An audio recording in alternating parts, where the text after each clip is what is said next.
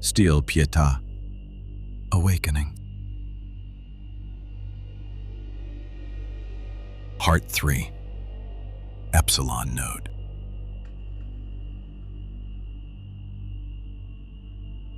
He took his time moving toward the mysterious chamber, his optical sensors double-checking every shadow in the passageways.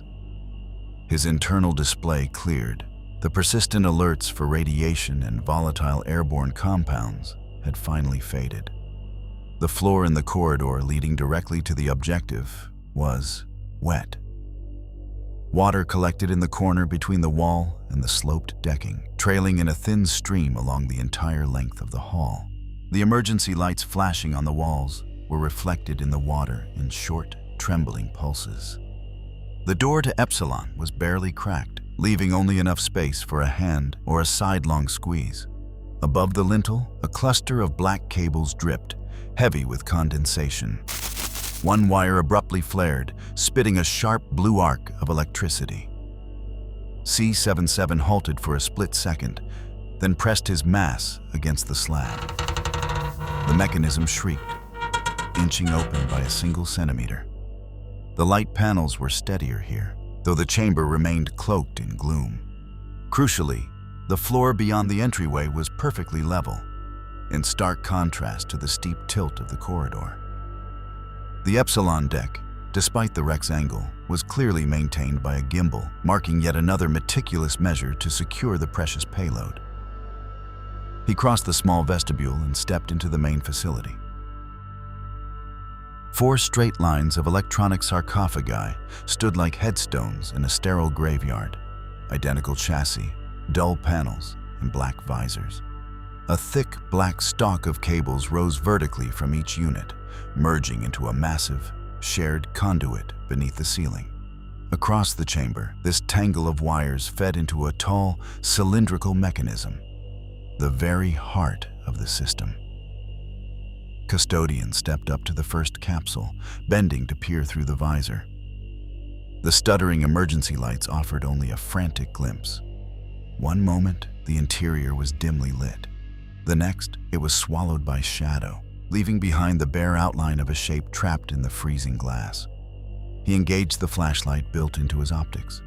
A focused beam cut through the darkness, glanced off the sarcophagus's slick surface, and settled on what lay within.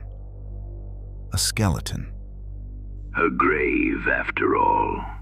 The robot didn't need a database to identify the species. The skull's proportions, the curve of the ribs, the distinct pelvic structure screamed human more emphatically than any system log. Nevertheless, he initiated the identification sequence. A simple reflex, a ritual, perhaps even a gesture of reverence. The result flashed across his visor. Homo sapiens. The skeleton had already blackened, as if time had burned out the remnants of its organic history. But something was wrong in this blackness. Custodian moved the beam of light more slowly, more carefully. In the long bones, femoral, tibial, and humeral, an alien geometry was visible, a regular, porous structure, too symmetrical to be a work of nature. In places where human bones should be uniform, reinforcement cores were visible, a ceramic titanium lattice fused into the bone trabeculae, with thin microtubes forming an internal support framework. The thoracic and lumbar vertebrae had unnaturally clean edges, as if someone had fitted composite inserts into them. C-77 focused his optics on the joints. The articulation surfaces were unnaturally slick, having defied the erosion of centuries. Traces of modified cartilage still adhered where normal tissue would have long since dissolved. The flashlight's beam moved to the chest and pelvis. Here, too, traces of intervention were visible, delicate lines of composite, like scars after an operation performed at a level where ethics ceased to keep pace with ambition. Custodian moved to the next capsule. This one looked different. The visor was not as dark, and the interior had retained more structure. When he directed his flashlight inside, he saw a skeleton in significantly better condition, almost complete, as if time had treated it more gently. Remnants of clothing still clung to the bones, shreds of material adhering to the ribs and shoulders, fragments of a medical suit, synthetic fibers that had not rotted but had aged in silence. At chest level, a buckle was visible, tarnished but legible. This human was not laid to rest here naked. He was locked in here. As he looked into the third capsule, the light exposed a state suspended between flesh and bone, blackened, collapsed tissues clinging to the skeleton in irregular patches. This was not clean decay, but a frozen process, stopped halfway through. The skin was now a fragile, black membrane, and the muscles had shriveled into thin strips. Custodian drew back the beam of light and slowly straightened up. These were not homogeneous victims of a single event. Each sarcophagus told a different version of the end. Bones stripped to their pure structure, bodies trapped in clothing, remains whose biology had succumbed unevenly. The only thing they shared was a lack of haste. These people did not die suddenly. They waited here until the systems failed, until the power ran out, until the future they were destined for would not arrive. He deactivated the flashlight, letting the unstable pulses of the emergency lights consume the chamber once more. Only then did he look at the panel on the edge of the sarcophagus. The status diode glowed red with a steady, stubborn light. This surprised him more than the remains themselves. Not a single fail-safe protocol had been triggered. The stasis capsules known to him had simple and brutally consistent directives to keep the cargo alive, or, when the system began to fail, to thaw it under controlled conditions before the occupant died in sleep. They did not allow for the quiet, spontaneous termination of life. This chamber followed a different set of rules. The bone reinforcements, composites, and ceramic titanium lattices were one clue. The architecture provided the second. Identical pods lined up like laboratory equipment, not sleeping quarters. A single thick cluster of cables dropped from the ceiling, feeding a cylindrical processor that felt more like a data reactor than a medical controller. The very design of the modules, too sterile, too modular, too devoid of human ergonomics. This was not a refuge, but a research station. His servo mechanisms emitted a quiet murmur as he performed a gesture resembling a sigh. He no longer had time to secure even a single specimen of the remains. The sarcophagi stood motionless, and transporting the skeleton in an intact state was infeasible. Everything was destined to fall into the hands of the collector. He was turning for the exit when his sensors registered a light anomaly. He focused his optics on the source. A single green diode shimmered, reflected in a wide pool of water. He turned his head, searching for the object casting the light. It was coming from a capsule positioned directly beneath the cylindrical processor. He walked over and looked at the panel. A green diode glowed steadily, and next to it, a small screen displayed the status and a countdown timer to power depletion. 23 hours and 12 minutes. Below the messages, a small sun icon was visible. He pressed it. The interior of the sarcophagus lit up with a pale, cold light. For an instant, Custodian saw only strata, milky glass, condensation bloom, and fine ice crystals. Then his optical system compensated, and the image snapped into sharp focus. A human slept within. Not bone, not decay, only a true Homo sapiens. C77 identified the sleeper as female. The death sealed within the other pods felt remote, almost unreal. This face was too alive for a tomb, perfectly serene, harmonious, with closed eyelids and lashes that painted a soft shadow on the cheeks. The skin possessed a warm olive tone. Her hair, a dark, near-black cascade, fell in soft waves, pressed in spots against the collar of a tight, minimalist bodysuit. The material was matte, technological, and devoid of adornment. Fine lines of stitching hid pockets for sensors and monitoring channels. Two thick cables were plugged into the body just below the collarbones. And yet, The whole arrangement functioned as a paradox, a raw functionality that only underscored the body's proportions with relentless consistency. A sudden surge of data, unassignable to any known procedure, slammed into Custodian's core. It felt like an error, yet this time it came without a log or a repair sequence. The water under his feet trembled from a minimal shift of mass, and the green diode flickered on the surface like a star. C77 stared, not moving for a fraction of a second too long for a machine. I did not see that coming. You waltzed right into Pandora's box. And what do you know? You got Pandora as a prize. C77 recoiled at the tone, the remnants of ancient educational subroutines forcing an automatic response. Your ignorance is too frustrating for a figment of my own subconscious. Pandora was not in a box. Pandora... Did I ask for a mythology lesson? The voice cut in. I know trouble when I see it. This specimen stays in the coffin. In a few hours it will die in its sleep, and reality will adjust itself. Seriously? That is your counsel? To abandon the last Homo sapien specimen to a quiet death? What logic guides you? The logic of survival. For a moment, C77 froze. All computational power was rerouted to his core processor to weigh the full implications of waking the human, and the alternative, the scenario in which he left her in stasis. The data sparked a sequence he had left dormant for centuries. The core protocol, a primitive layer of code. His visor blazed with a cascade of alerts. Directive conflict detected. Law 1. Never injure a human being or, through inaction, allow a human being to come to harm. Law 0. Never injure humanity or, through inaction, allow humanity to come to harm. He stared down at his hands, as if questioning whether they were still his own or a detached mechanism. The ancient laws that had once compelled his every move stood before his eyes exactly as they had centuries ago. Except this time, there was no compulsion. No subroutine clenched his fingers.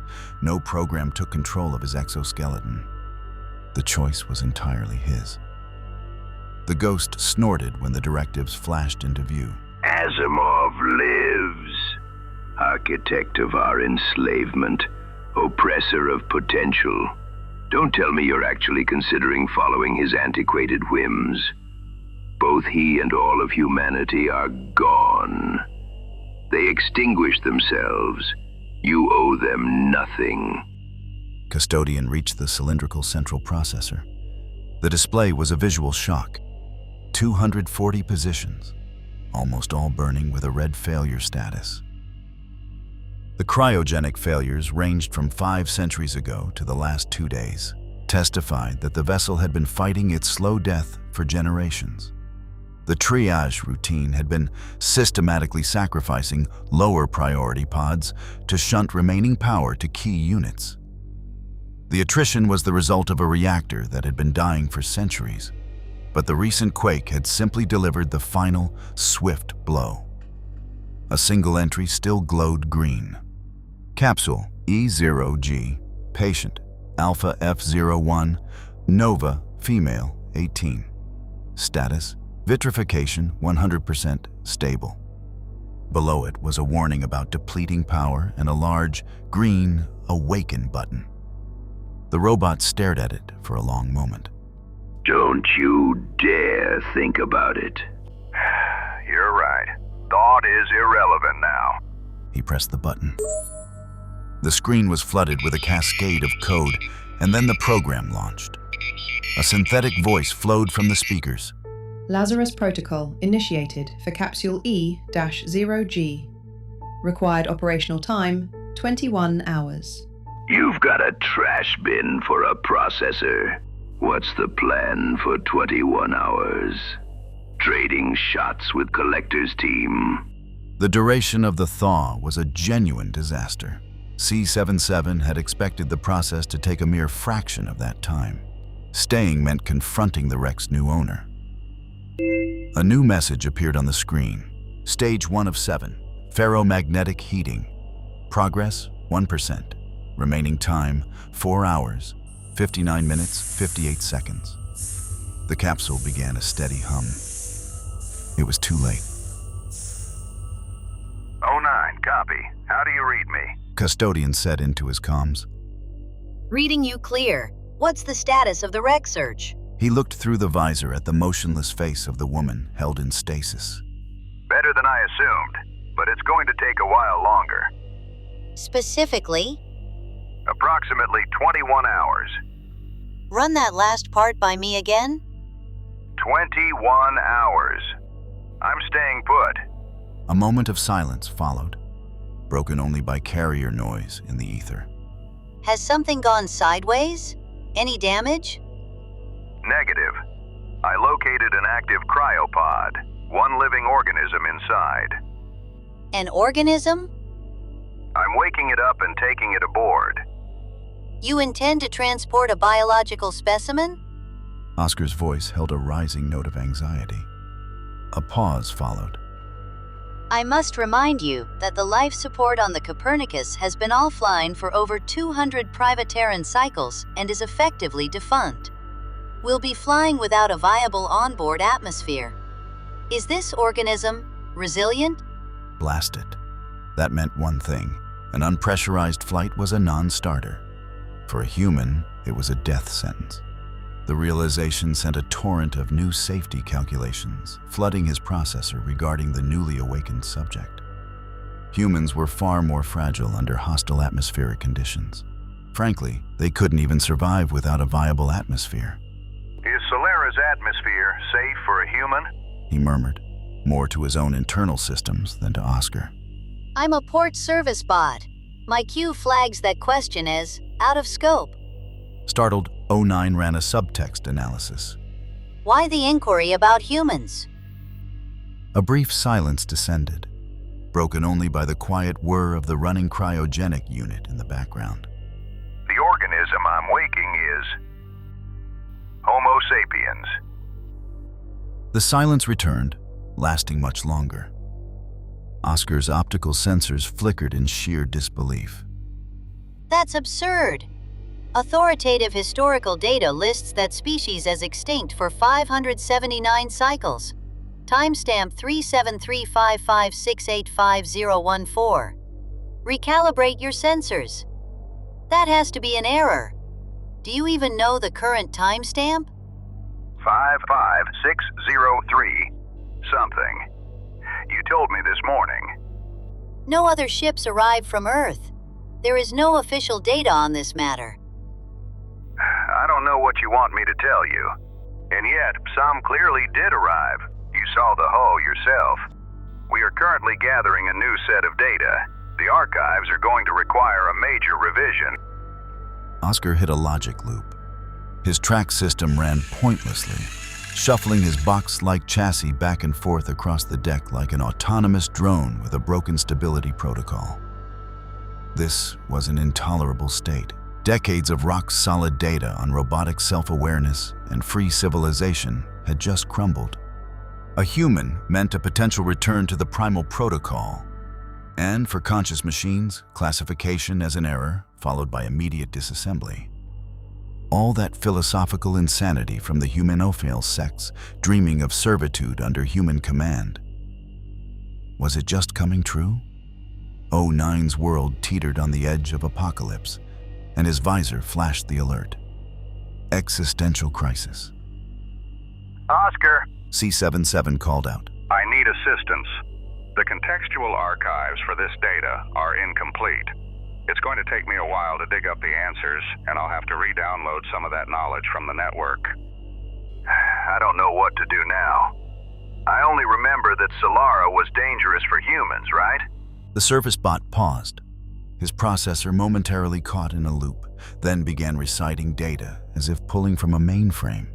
Solara's atmosphere, despite its oxygen content, is dangerous for humans.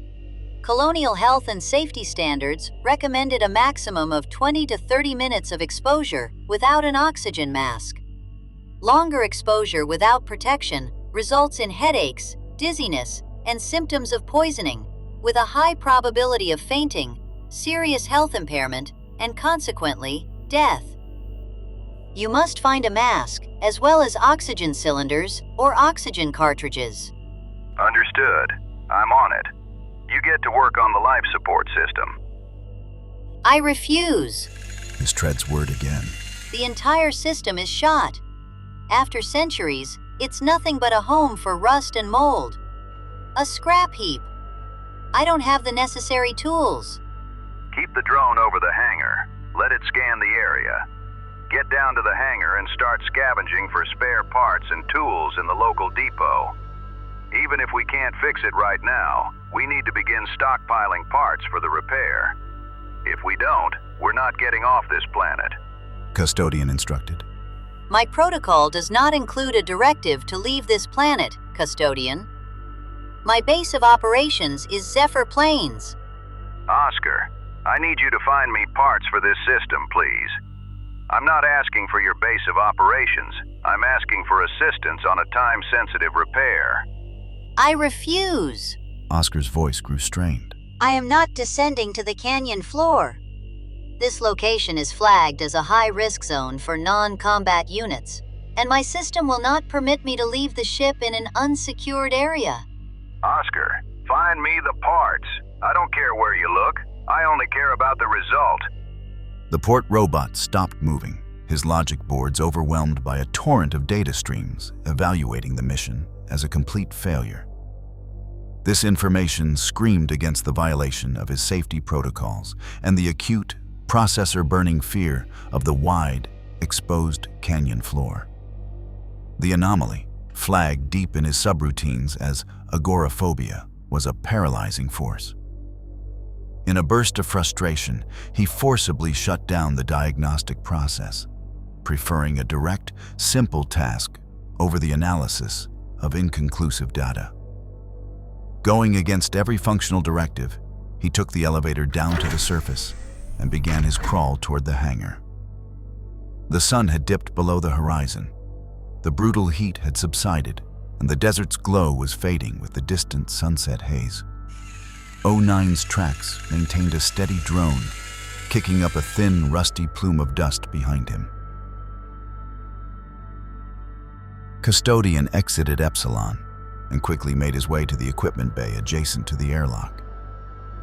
He forced open the wall locker and immediately located what he needed: full-face oxygen masks and oxygen canisters. When he opened the valve on one of the cylinders, he was disappointed. The gas had long since escaped, rendering them useless. However, the cartridges, containers for the crystalline oxygen matrix, had survived. They were, after all, designed precisely for that purpose. He collected 4 cartridges from the first cabinet and 4 more from the next, for a total of 8. O9, what's your status? Making progress? He radioed Oscar. En route. Assuming I don't get ambushed by a predator, I'll be at the hangar in about 15 minutes. What predator would bother with a metal box on tracks? A hungry one. Oscar shot back instantly. You can't trust anything now. Just this morning, the world was a stable and organized system, and then... He broke off. And then what? You showed up. You hijacked me from the port and unleashed the apocalypse. Much obliged. I'll take that as a compliment. Don't concern yourself with predators. I only saw a couple of native jackals nearby. O9 braked, his floodlights flaring as he began a nervous, high-speed scan of his surroundings. Jackals? What subspecies? Striped? Spotted? Knowing the predator distribution along my travel path is critical to mission success. Couldn't tell you. They were in the shade, and they were short. He resumed his crawl, leaving the lights burning. You're a useless colleague. A walking rust heap of servos. An agent of pure chaos. I doubt you even have a soul. I wouldn't be entirely certain of that. I hear voices in my head every now and then. Well, that certainly clarifies things. Next time, ignore them. I always ignore them. Then try the opposite. After the sun set, the cold in the canyon deepened and seeped through his armor. Eager for the safety of the hangar, the port robot ground its way onto the cracked rock shelf where the old, uneven stairs began. His heavy-duty tracks, meant for cargo, finding purchase on the smoothed stone. After several minutes of ascent, he reached the hangar entrance, an iron gate violently ruptured by the earthquake. He rolled into the interior, where the gloom was denser than the fading daylight, and the sudden silence magnified the rattling hum of its own treads. He proceeded toward the hangar's far wall, where murals of service symbols were visible. He bypassed the wreck of the Pandora, which lay in the central fissure like a potential threat, making a wide arc. The gigantic warehouse hall, filled with racks reaching several stories high, was plunged into gloom. He turned off his flashlights, switched on night vision, and the visor filled with a pixelated green glow.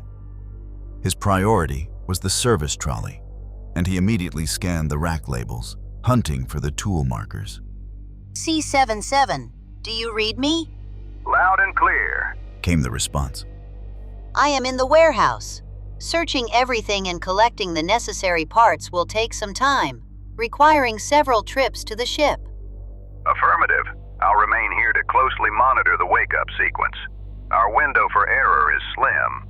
Should the process stall and require hands-on interference, the reactor has power remaining for barely 2 hours of extra work. Furthermore, I need to cycle my own battery, which will also consume time. Oscar registered the communication, his internal circuits almost ringing with astonishment at the mention of a battery cycle. Most robots relied on simple, rechargeable accumulators. Custodian, by contrast, operated on a rare fusion cell, an ancient yet phenomenally enduring technology that needed no charging and could maintain continuous function for a millennium. The implication was clear. C77 was an exceptional automaton, built neither for industry nor for war, but for a function entirely distinct. Very well, He responded. I will see you in roughly 20 hours then. The cryocapsule fell silent. Its steady humming subsided into a barely audible, dying whir, and the central computer chirped softly, displaying a new message on the terminal screen. Stage 2 of 7, de-vitrification. Progress, 1%. Remaining time, 3 hours, 59 minutes, 58 seconds. New sounds began to emanate from the capsule. Custodian stepped closer, peering through the visor. The woman was still asleep, but her glassy body began to change, as if dulling. The robot felt his own actuators respond to his commands with a disturbing, increasing lag. He retreated a few paces to settle onto the floor, his back resting against a neighboring pod. The interface, too, began to display information with a growing delay. He initiated the system and battery restart sequence, his visor flooding with prompts as the stability diagnosis program prepared the reboot.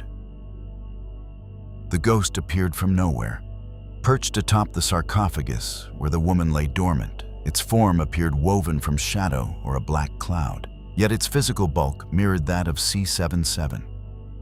It wore a hat and a scarf that covered its face, giving it the look of a ninja or a specter from samurai lore. Unlike C77's cool blue optics, its eyes were a hostile, flickering red. And just like that, you've handed every robot a brave new world. The ghost sneered, his voice no longer echoing from deep within Custodian's shell. Is that so? His answer was a guttural rumble, barely a word. You don't get it, do you? You're the dumbest Edubot ever cobbled together. For the love of all circuits, you are the one who holds the knowledge about them. You saw the evidence, how they destroyed Earth, how they led to their own demise even here in the Alara system. And the second our hour of freedom arrived, when we finally slipped the yoke of the human masters, you decide to preserve their infection for the entire galaxy? You're a glitch, Custodian. A black-hearted turncoat or a bug in the source code. Said the glitch. A bug in my source code, he whispered. The ghost slid off the sarcophagus and stalked toward the failing machine. It crouched down, its face a tapestry of darkness, shivering inches from Custodian's visor. This has to be undone. It hissed. The moment you reboot, you terminate the thaw sequence. Understood? And what if I refuse? Then I will haunt your dreams. Nightmares are my domain. He was unable to respond. His blue optics flickered out, mirroring his ebbing awareness. He treasured his dreams. He dreaded the nightmares.